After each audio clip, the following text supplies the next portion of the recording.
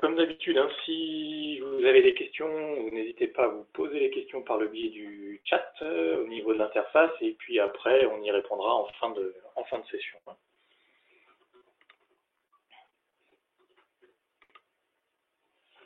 Donc les objectifs de ce matin, de cette session qu'on va dérouler ensemble, c'est centraliser autour de l'appel SAV. Voilà, il faut le prendre comme une découverte. Alors, on ne rentrera pas dans les détails de la gestion du module SAV et de l'appel SAV. Hein. L'objectif, c'est vraiment de découvrir et d'initier ce qu'on peut faire autour d'un appel SAV.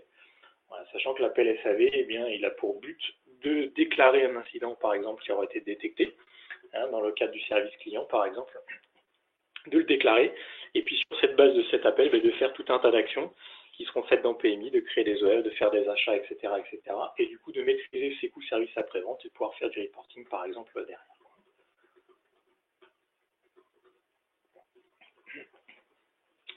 Donc ce matin, on va dérouler le principe général au niveau de l'appel SAV, les quelques paramètres à régler. Ensuite, on parlera de parc, parce que chaque appel SAV doit être associé à un parc machine. Donc ça, il faut le savoir, on l'expliquera tout à l'heure. Ensuite, on ira un petit peu plus en détail sur l'appel en lui-même et la fiche avec les différentes zones et les différents champs qui constituent cette fiche appel. Et puis ensuite, nous verrons le workflow SAV qui peut être mis en place, quelles actions on peut faire, comment on recharge de l'appel SAV existant, et ainsi de suite. Donc on démarre par les quelques paramètres à régler.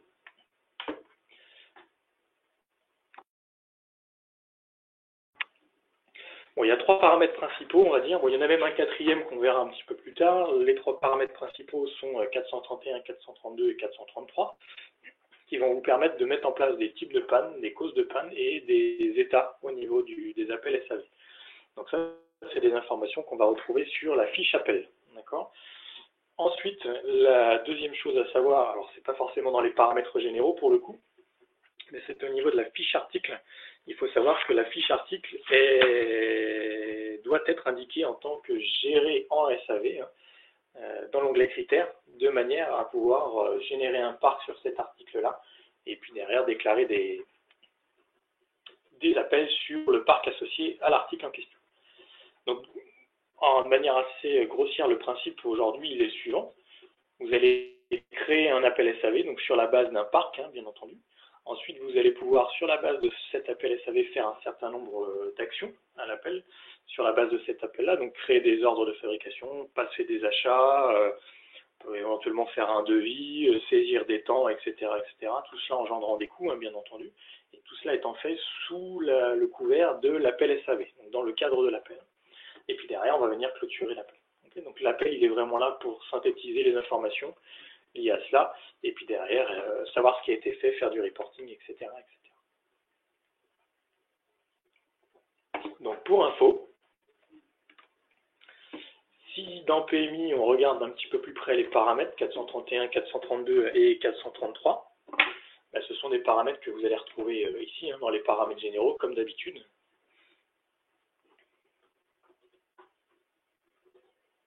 Ici, au niveau du SAV, voilà, si vous rentrez dans les paramètres généraux du SAV, vous avez ici les 3 paramètres qui ont été qui étaient indiqués tout à l'heure, donc le 431, dans lequel vous pouvez déclarer des types de panne. Donc ça, c'est une liste qui est vide au départ dans PMI, charge à vous de la compléter si vous le souhaitez. Ensuite, les causes de panne, pareil, vous pouvez déclarer des causes de panne potentielles. Donc l'idée étant de pouvoir affecter ça à un appel SAV derrière. Donc c'est pareil, c'est un tableau qui est vide au départ, charge à vous dans PMI de venir le compléter. Et puis ensuite des états d'appel. Donc pareil, c'est un tableau qui est vierge également au départ, charge à vous de le compléter. Et encore une fois, ce sont des valeurs qu'on va venir retrouver dans la fiche appel SAV. Donc voilà, ça c'était les premiers points concernant ça. Il y a également le paramètre 368, on y reviendra tout à l'heure. Ce qu'on disait par contre, au niveau de la fiche article, au-delà des paramètres, de bien indiquer le fait que votre article est géré dans le cadre du SAV.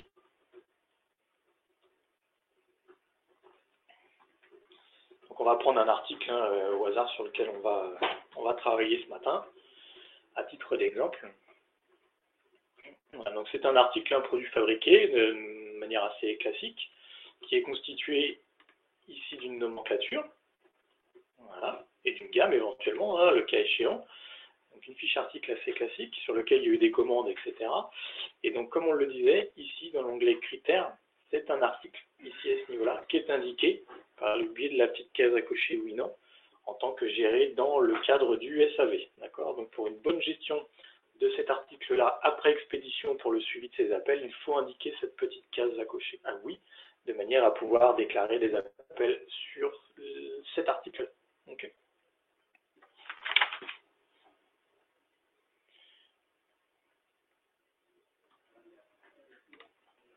Donc voilà les premiers points.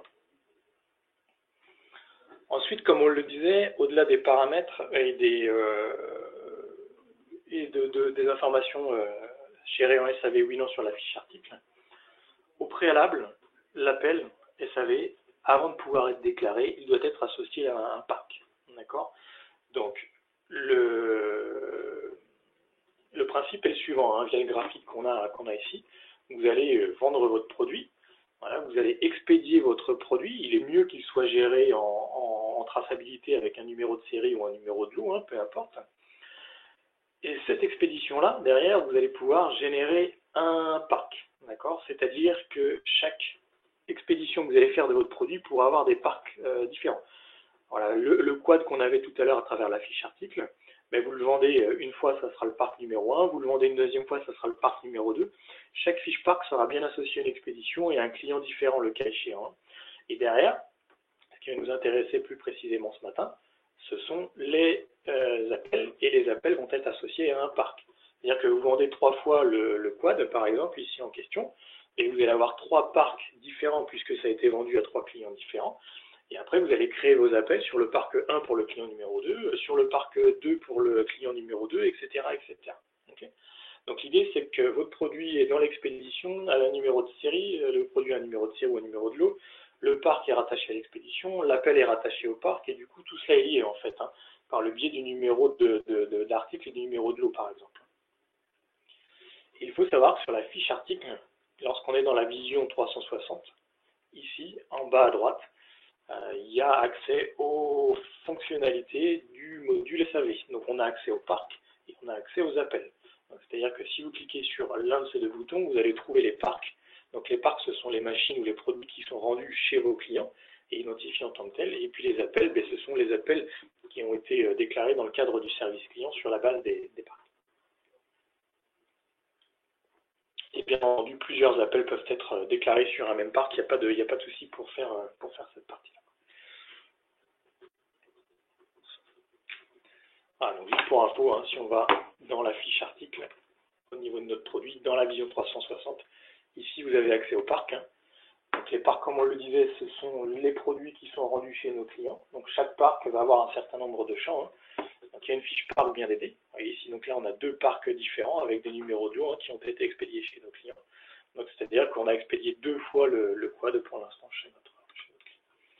Et puis la fonctionnalité d'après qu'on verra tout à l'heure, qui est ici l'appel SAV, et on va rentrer un petit peu plus en détail sur l'appel SAV après. Donc c'est-à-dire que dans la vision 360, c'est aussi un des moyens de recherche. Si vous voulez voir les appels SAV à disposition, déjà générés pour un article bien identifié, vous rentrez sur la fiche article, vous cliquez ici sur le petit bouton appel et vous allez avoir la liste des appels déjà existants, en cours ou clôturés pour l'article en question.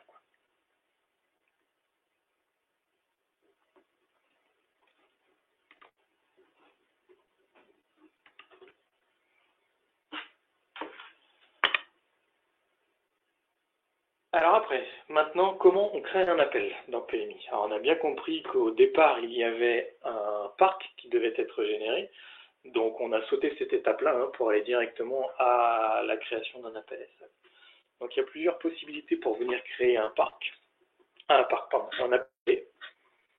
La première étant de passer par le menu SAV gestion des appels, liste des appels, en rentrant vraiment par le menu SAV.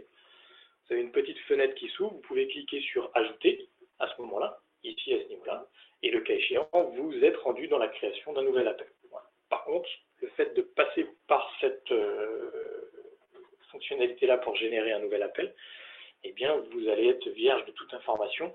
Ça sera à vous de venir compléter les champs de l'appel en question. D'accord? Donc, dans PMI, ici, SAV, gestion des appels, on a dit, liste des appels, qui est aussi une fonctionnalité qui permet de venir faire de la recherche. Ça, on y reviendra tout à l'heure.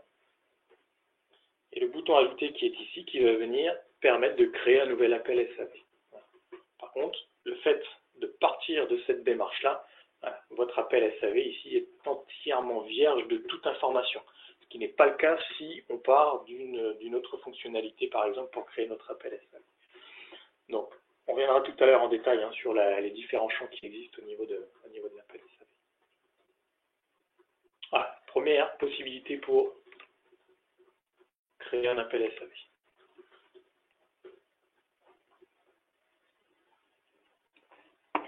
Deuxième possibilité, comme on le disait, à partir de la fiche Parc, vous pouvez vous appuyer sur cette fiche Parc-là pour pouvoir créer un nouvel appel SAV.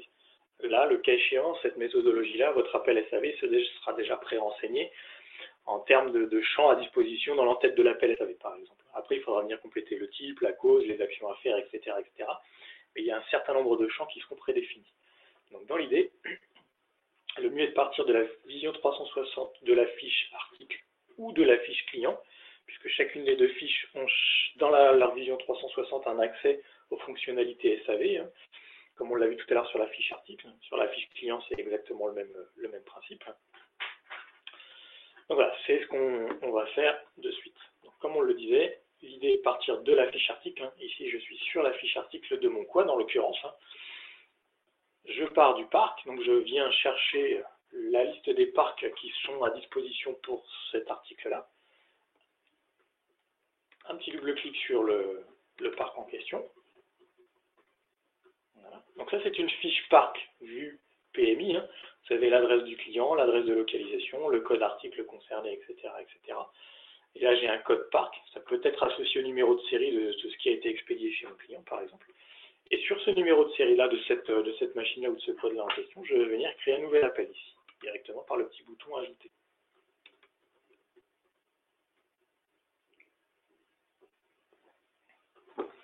Et là, à la différence de tout à l'heure, on a une fiche appel qui est pré-complétée, pré-remplie, ce qui n'était pas le cas tout à l'heure.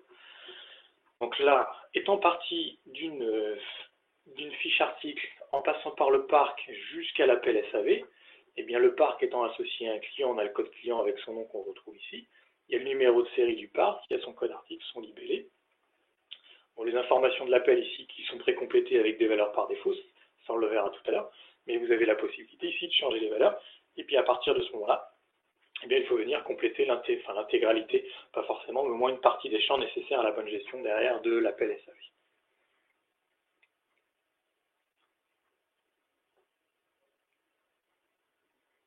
Voilà. Donc ça, ce sont les deux possibilités pour pouvoir créer un appel SAV. Soit vous partez d'un environnement vierge et vous retapez tout, soit vous partez du fiche article parc et derrière l'appel SAV. Donc chaque appel SAV dispose d'un identifiant, d'accord? Donc c'est un code, en fait, unique, qui est généré par PMI, donc c'est un compteur qui va tourner et chaque appel aura son code au même titre que chaque article a un identifiant, chaque client a un identifiant, chaque fournisseur a un identifiant, etc. etc. Et bien là, c'est le même principe. Vous allez créer des appels, il y a un compteur 101, 102, 103 qui tourne, etc. pour pouvoir créer des appels SAV. Et puis après, chaque appel SAV, eh bien, vous avez un statut. D'accord. Par défaut, lorsque vous créez un appel SAV, eh bien, l'appel a un statut ouvert. Vous allez faire un certain nombre d'actions dans le cadre du SAV autour de cet appel-là. Créer un OS de réparation, par exemple, lancer une commande d'achat, faire un devis, peu importe, pointer du temps, etc., etc. Et après, une fois les actions terminées, vous allez pouvoir clôturer cet appel-là. Et du coup, l'appel va prendre un statut fermé ou clôturé. Et la boucle sera bouclée.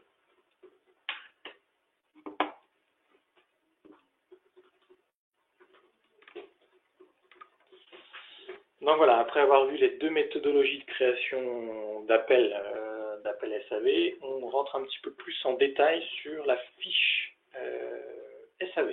D'accord. Donc il y a plusieurs zones dans l'entête, ici. plusieurs onglets, chacun des onglets ayant une utilité bien entendu. Donc la première zone, ce qu'on appelle le client appelant, eh bien c'est le client auquel est associé le parc machine, voilà, qui est le client en question, on va dire. Et donc ça c'est rempli par défaut lorsque vous partez de la fiche article ou de la fiche client. Sinon il faut le ressaisir à la main. Ensuite, vous avez les informations du parc. Donc ça, c'est l'identification du parc. Ici, vous retrouvez le numéro de série du produit qui a été expédié chez le client, d'où l'intérêt de l'avoir de la traçabilité sur ce genre d'article-là, puisqu'on va pouvoir avoir plusieurs parcs pour un même article, plusieurs appels pour un même parc, etc., etc. Donc avec les numéros de série ou numéros de lot, on va s'y retrouver grâce à cela. Ensuite, vous avez le code parc. Donc ça, le code parc, ben ça, c'est moyennant les règles qui seront mises en place, c'est PMI qui va le générer lorsque vous allez venir créer le parc. Et puis, vous avez ici le code article concerné par l'appel SAV. Ensuite, vous avez une troisième zone qui est dite info appel. Donc, vous avez trois champs à disposition, le statut, sous garantie, hors garantie, etc. Un niveau de criticité, qu'on verra tout à l'heure, et puis un état. D'accord ? L'état étant une liste déroulante disponible par rapport au paramètre 433 qu'on a vu tout à l'heure. Et comme on le voit ici, vous voyez, chaque appel a un numéro d'identifiant qui lui est propre et un statut. Celui-ci est ouvert, en l'occurrence. Donc, si on regarde un petit peu plus en détail au niveau de l'entête, vous avez les informations du client ici, les informations du parc ici, à ce niveau-là, les informations de l'appel, avec un statut hors garantie, non garantie, sous contrat ou sous garantie. Voilà, ça, ce sont des informations qui sont à compléter de votre part. Un niveau de criticité, faible, moyen, haut. Sur ces deux premières listes de valeurs, nous n'avons pas la main. Ce sont des listes figées, on ne peut pas venir rajouter des statuts ou des niveaux de criticité. C'est différent de l'état, ici. Voilà. L'état, vous pouvez venir rajouter des états de votre appel via le paramètre 433, comme on l'a vu tout à l'heure. Donc vous y accédez soit en passant par les paramètres généraux, sinon vous pouvez cliquer sur ajouter. Bon, par contre, il faut avoir les droits pour accéder aux paramètres généraux en tant qu'utilisateur. Si on clique sur ajouter, ça peut mener à rien si on n'a pas le droit d'avoir accès aux paramètres généraux. Et puis bien entendu, chaque appel dispose d'un titre, voilà, à compléter de cette manière-là. Donc c'est simplement une zone de texte à venir compléter. Donc voilà la description au niveau de l'appel. Alors pour l'instant, nous n'avons pas de numéro et nous n'avons pas de statut. Le numéro sera pris que lorsqu'on va venir valider ici par la petite coche en haut à droite, l'appel, et statut également. Ensuite, en bas, dans la partie basse de votre appel SAV, vous avez différents onglets. Contrat, effet, cause, remède, la gestion préventive, la vision 360, ici à ce niveau-là. Un onglet qui s'appelle volet 4, et puis éventuellement un onglet champ perso. Il faut savoir que dans le menu administration de PMI, vous avez possibilité de créer des champs perso sur les fiches articles, les fiches clients, etc. et aussi sur les appels SAV, de manière à venir rajouter des informations personnelles et personnalisées sur les fiches appels. Donc on va rentrer un petit peu plus en détail sur chacun des onglets.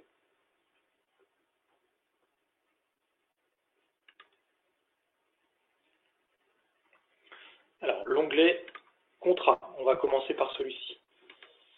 Voilà, le premier champ à disposition, c'est l'onglet contact, si vous souhaitez indiquer un contact. Donc là, on reprend les contacts de la fiche client auquel l'appel est associé.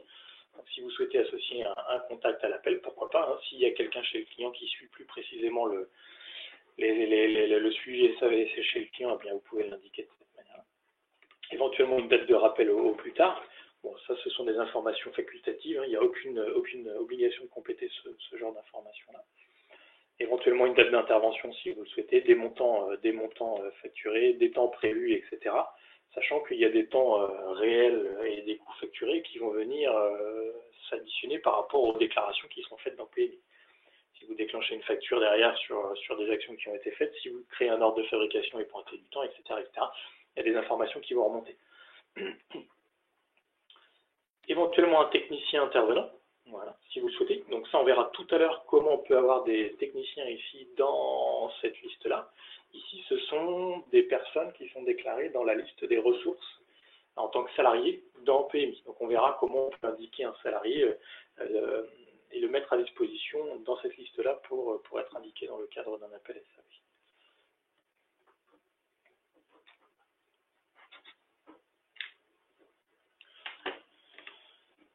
Ensuite, un petit peu plus de détails sur l'onglet effet, cause, remède. D'accord ? Vous avez la possibilité de définir un type de panne, donc ça sera lié à un des paramètres qu'on a vu là tout à l'heure, à 431, 432, 433. Définir une cause de la panne, ici à ce niveau-là. Pareil, même chose, ce sont liés à un des trois, cette liste-là sera liée à un des trois paramètres qu'on a vu tout à l'heure.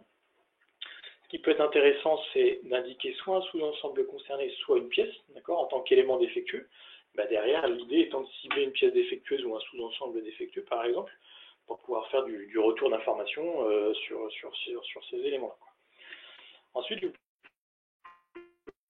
pouvez indiquer une gamme de réparation. Donc, une gamme de réparation, c'est majoritairement basé sur un article qui est de nature 6, en code gestion gamme de fabrication, par exemple, dans lequel potentiellement vous pouvez avoir un ou plusieurs postes de main-d'œuvre associés. D'accord ? Donc, on va juste montrer un petit exemple, mais dans l'idée, vous pouvez avoir X gamme de réparation, on n'est pas obligé d'en avoir plusieurs.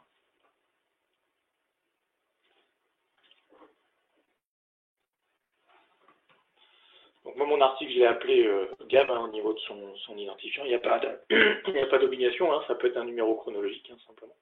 Il est rangé ici dans une nature 6, un code gestion 18. Et puis au niveau de sa nomenclature, j'ai fait quelque chose d'assez simple. Voilà, c'est un tout petit bout de poste de main-d'œuvre avec un poste de main-d'œuvre ici, réparation, de manière à pouvoir déclarer du temps sur l'ordre de fabrication. Ensuite. Ça, c'est qu'un exemple. Vous pouvez mettre tous les postes que vous voulez ici, rajouter des matières éventuellement, etc. etc.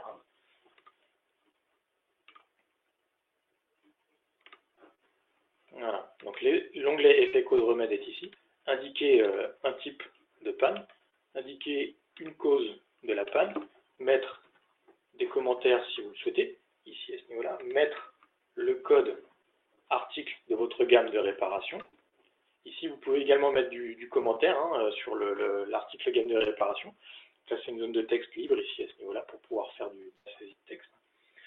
Et on a vu tout à l'heure que notre article, il avait une nomenclature. Donc là, effectivement, vous pouvez venir fouiller dans la nomenclature du code en question pour indiquer, par exemple, dans cette nomenclature-là, une pièce défectueuse, le moteur, par exemple. D'accord, qui est une fiche article à part entière. Tac, tac. Voilà. Donc pour sélectionner le moteur, ce qu'il faut faire, c'est, on va repartir ici, vous appelez votre nomenclature, vous positionnez sur moteur ici et vous quittez. D'accord, voilà. Ici, on retrouve bien le code article du moteur avec son libellé à côté qui est associé à cet appel-là. Donc l'intérêt, c'est peut-être de ressortir des informations derrière sur des nombres d'appels liés au moteur défectueux, etc. Puis de prendre des décisions qui vont bien. Quoi.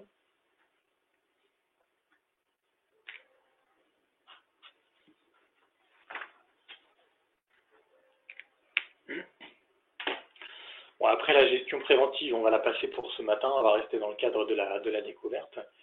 Par contre, ce qui est intéressant, c'est que alors la vision 360, bon ça c'est accessible. Depuis l'appel, l'idée est de mettre à disposition, un peu comme la vision 360 d'un article ou d'un client, les actions qui ont été générées pour l'appel. Donc au même titre que pour un client, vous avez dans la vision 360, vous cliquez sur commande et vous avez la liste des commandes qui ont été générées pour l'appel SAV. Là c'est pareil. Vous allez dans votre appel SAV, vous cliquez sur par exemple achat ici, sur le bouton achat qui est là, et sur le bouton achat, il va vous ouvrir la liste des commandes d'achat qui ont été générées pour cet appel SAV. Pareil, si vous cliquez sur non-conformité, éventuellement, vous pouvez avoir la liste des non-conformités déclarées pour cet appel SAV, etc., etc. Donc là, on n'est pas forcément sur de la réalisation de l'action, mais plus sur de la consultation d'actions qui auraient déjà été faites sur cet article-là, sur cet appel-là.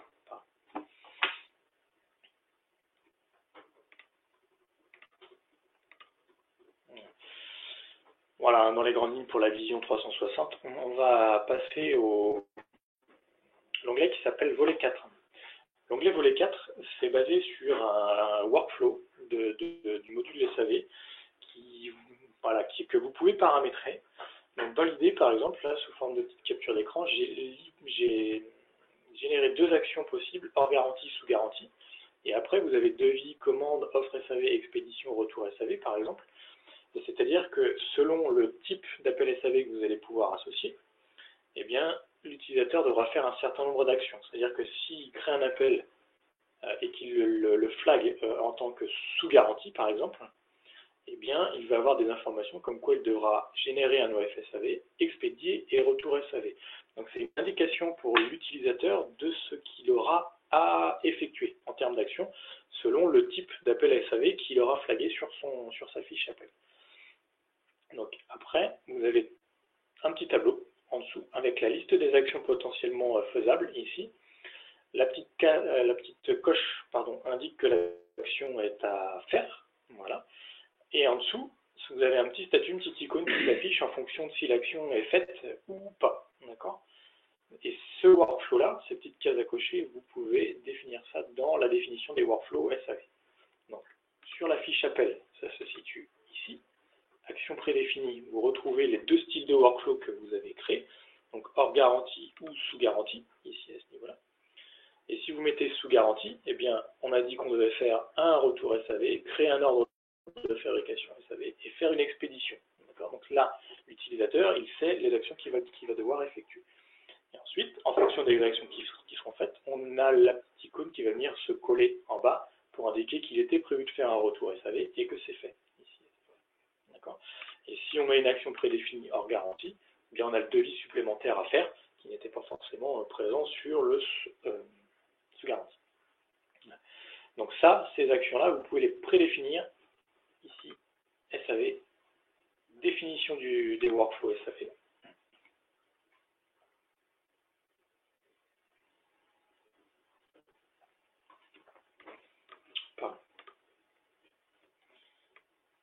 Voilà, vous mettez un libellé ici que vous souhaitez, et puis derrière vous allez pouvoir dire je veux faire un devis, je veux créer une commande, je veux indiquer à l'utilisateur ce qu'il devra faire.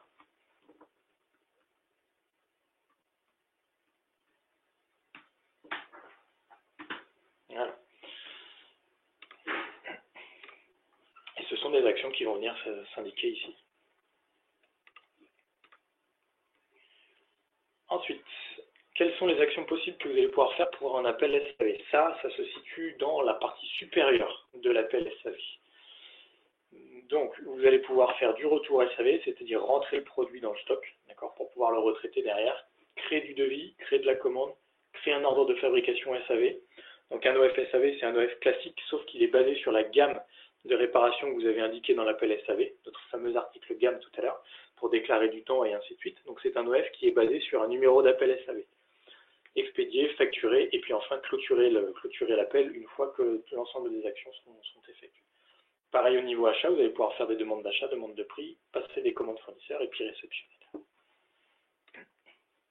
Donc ça se situe dans la partie supérieure de la fenêtre, ici à ce niveau-là. Faire du retour SAV, devis, commande, créer un OF, expédier, facturer et clôturer l'appel SAV. Et puis pour les achats, les actions se situent ici. Donc après, à partir du moment où vous allez déclencher une action dans le cadre de cet appel SAV-là, ben vous allez créer une nouvelle commande fournisseur, vous allez créer une nouvelle commande client, vous allez créer un nouvel OF dans le cadre du SAV, et derrière, ben, il y a des actions qui vont venir s'enclencher. Donc après, ben, quand vous créez un devis, quand vous créez une commande, quand vous créez un OF, c'est exactement le même principe que ce qu'on fait déjà hors SAV dans PMI, sauf que tout ça sera fait dans le cadre d'un appel SAV et est rattaché à ce numéro d'appel-là.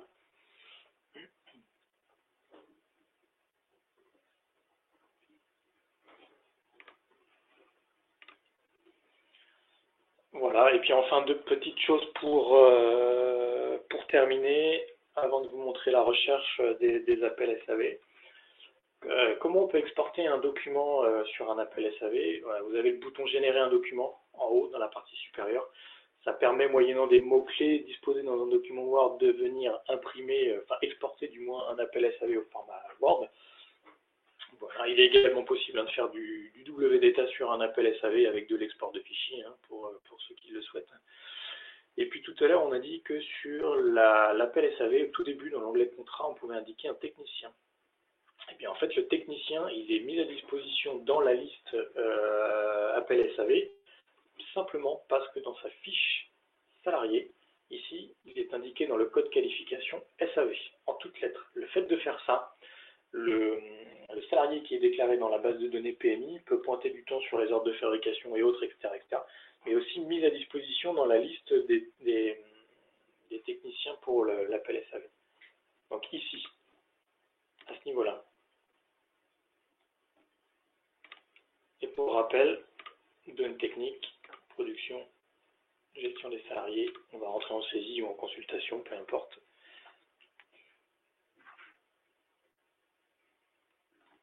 Voilà.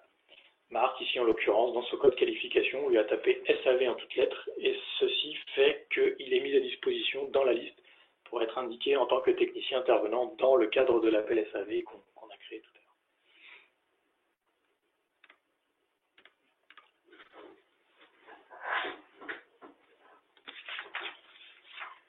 Voilà, et puis pour terminer pour ce matin, la façon dont on peut rechercher des appels SAV existants. Ah, il n'y a plus de son. Il n'y a plus de son.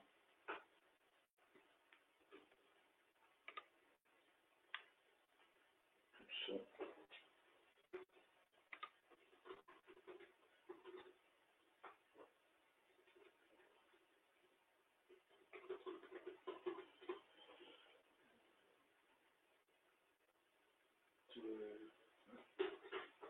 On s'assure qu'on n'a plus de son. T'as bloqué quelque chose, non?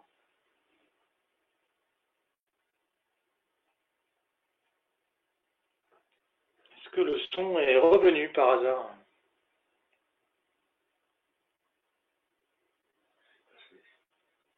Difficulté avec la visioconférence et nous sommes plus en mesure de partager votre webcam. C'est moi, ça. C'est pas hasard, hein.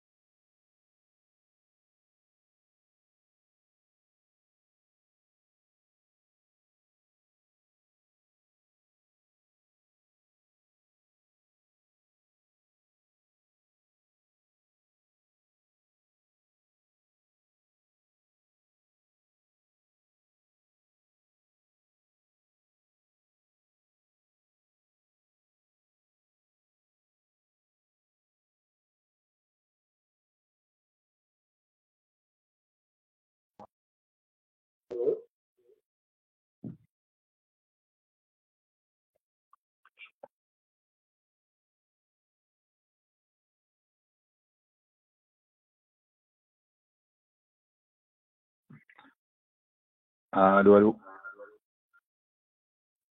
Est-ce que vous m'entendez? Allô, allô. Allez, on recommence. Est-ce que le son est revenu? Oui, c'est bon. Bizarre. Ok, tu peux reprendre. Hein. Et puis on va terminer, il y a 3-4 questions. Ouais.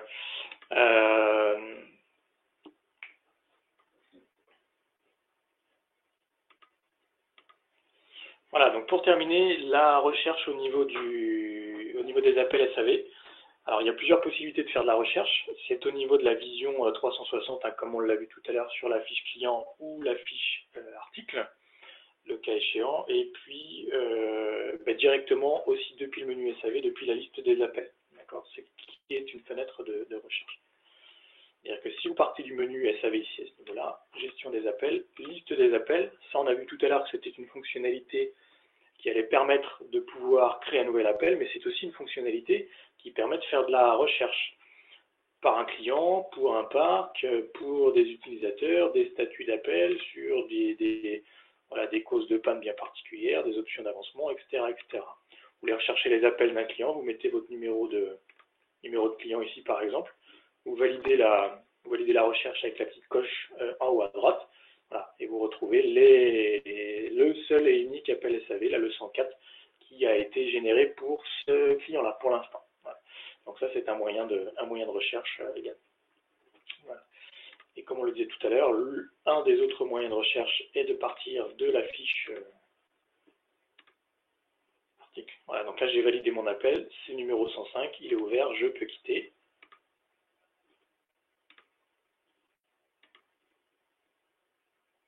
Et l'autre moyen de recherche, c'est de partir de la fiche client, ici, ou article en l'occurrence, pardon, et de voir à disposition les appels ici par le petit bouton en bas à droite. Et là, vous avez le seul et unique appel 105 pour l'instant qui a été généré directement pour cet article-là. Nous allons passer aux questions maintenant.